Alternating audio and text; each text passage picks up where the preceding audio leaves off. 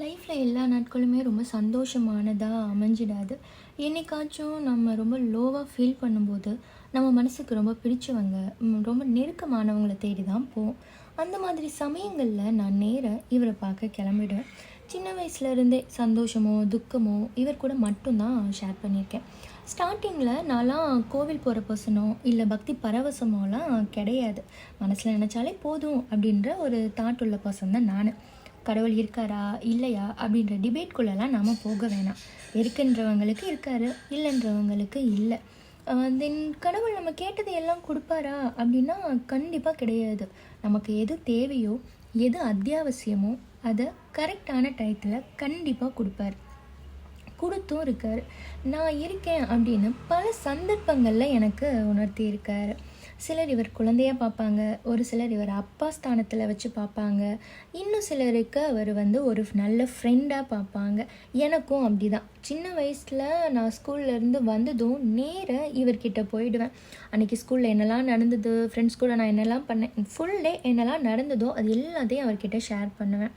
அப்போல்லாம் முருகன் யாருக்காச்சும் பிடிக்கும் அப்படின்னு என் ஃப்ரெண்ட்ஸ் என்கிட்ட சொன்னாங்க அப்படின்னா எனக்கு பயங்கர கோவம் வந்துடும். அவர்கிட்டயே போய் சண்டை போடுவேன். நீ எனக்கு மட்டும்தான், அவங்களுக்குலாம் ஒன்று பிடிக்கக்கூடாது, உனக்கும் என்னை மட்டும்தான் பிடிக்கணும் அப்படிலாம் அவர்கிட்ட சண்டை போட்டிருக்கேன். இதெல்லாம் இப்போ நினைக்கும் போது காமெடியாக இருக்குது. பட் சின்ன வயசில் நான் அப்படிலாம் பண்ணியிருக்கேன். ஒரு சிலர் என்கிட்ட சொல்லியிருக்காங்க, முருகன்கிட்ட ப்ளீஸ் பண்ணி கேட்கக்கூடாது, சண்டை போடணும், கோவப்படணும், அப்போ தான் அவர் பண்ணுவார் அப்படின்ற மாதிரிலாம். கோவமா? எனக்கா? அவர்கிட்டயா?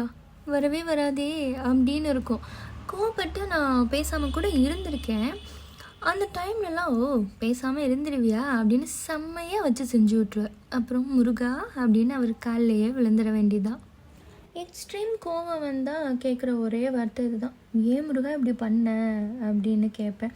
ஏன்னா என்னை பொறுத்த வரைக்கும் என் லைஃப்பில் நடக்கிற எல்லா விஷயத்துக்கும் அவர் தான் காரணம். சந்தோஷனாலும் அவர் தான், கஷ்டம்னாலும் அவர் தான். மனசில் நிறைய குழப்பத்தோடையும் கஷ்டத்தோடையும் அவர்கிட்ட போவோம். சொல்கிறதுக்கும் கேட்குறதுக்கும் நிறைய இருக்கும்.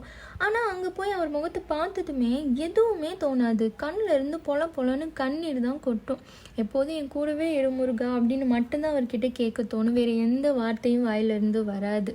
இந்த மாதிரி எந்த கடவுள் உங்களுக்கு பிடிக்கும்? நீங்கள் யார்கிட்ட எல்லாமே ஷேர் பண்ணுவீங்க? இதையெல்லாம் மறக்காமல் எனக்கு கமெண்ட்டில் சொல்லுங்கள்.